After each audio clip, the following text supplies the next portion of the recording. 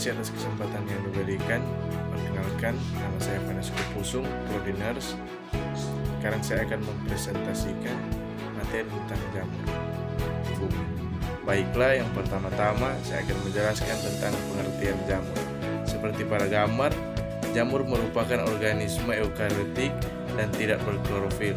Sel jamur memiliki dinding yang tersusun atas kitin. Oleh karena sifat-sifat tersebut, jamur tidak dapat dikelompokkan ke kingdom hewan maupun tumbuhan. Jamur dikelompokkan dalam kingdom tersendiri, yaitu kingdom fungi. Selanjutnya, ciri-ciri umum jamur atau fungi yaitu seperti yang kita lihat pada gambar.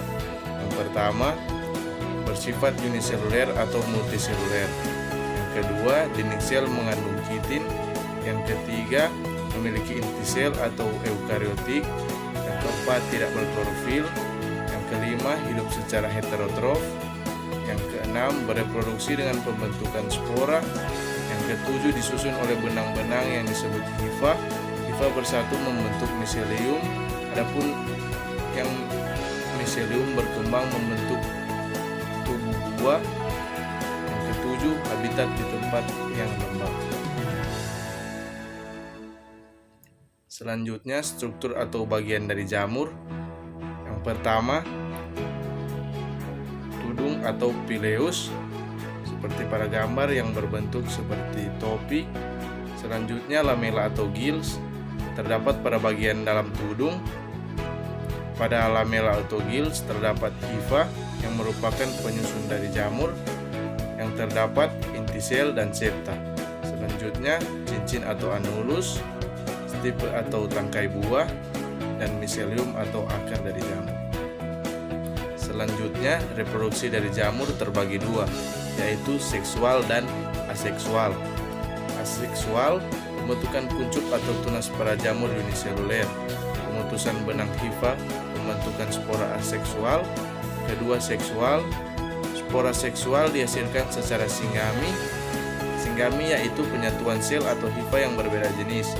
Singgami terdapat dua tahap, yaitu plasmogami atau penyatuan plasma sel dan karyogami atau penyatuan inti sel.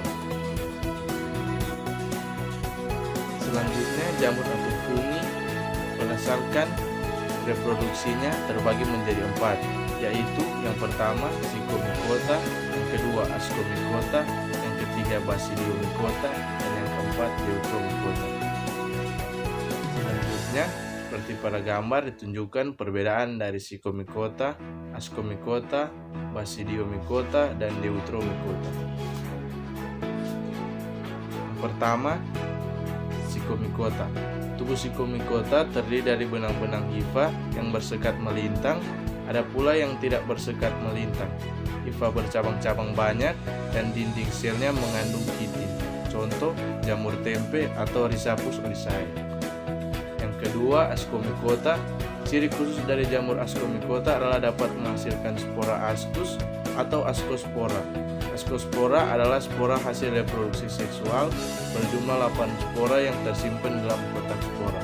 Kotak spora ini menyerupai kantung sehingga disebut ascus. Selanjutnya, yang ketiga, Basidiomycota. Fungsi Basidiomycota umumnya merupakan jamur makroskopik, dapat dilihat karena berukuran besar. Pada musim penghujan, jamur kuping dan jamur kayu yang merupakan contoh dari divisi ini dapat kita temukan pada pohon atau tanah yang mengandung bahan organik. Bentuk tubuh buah jamur ini mirip seperti payung, misalnya pada jamur marang, yaitu Volpariella volvacea.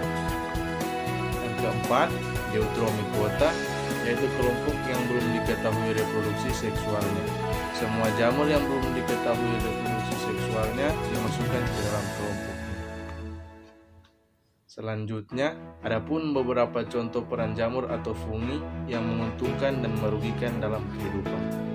Yang pertama, peran yang menguntungkan.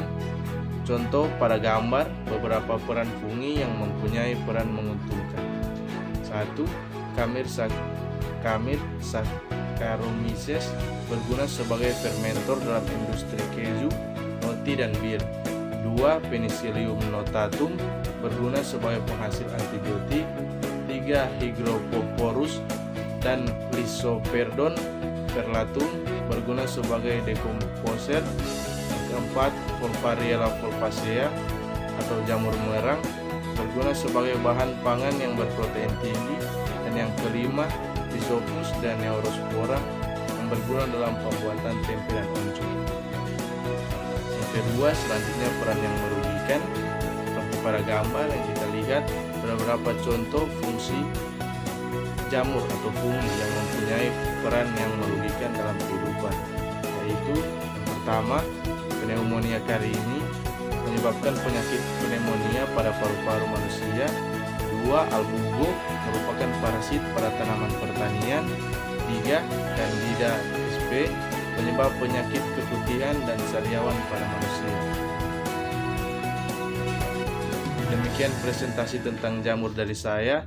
Maaf jika ada kesalahan kata atau kalimat ataupun kesalahan yang lain yang kurang berkenan. Terima kasih. Salam Poltekkes maju, jaya dan hebat.